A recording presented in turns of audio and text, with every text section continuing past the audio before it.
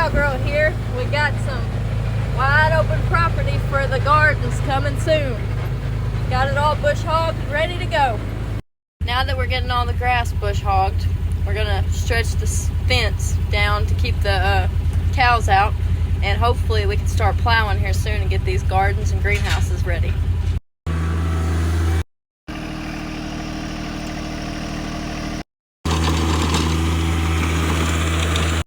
Today we're out here getting the gardens ready, as you can tell. Still got a long ways to go. Got the top hands cleaning up T-posts. Got the boss man getting the gardens ready. Picking up limbs? No.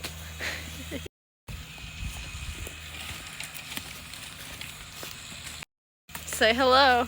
Hello. Thanks for watching.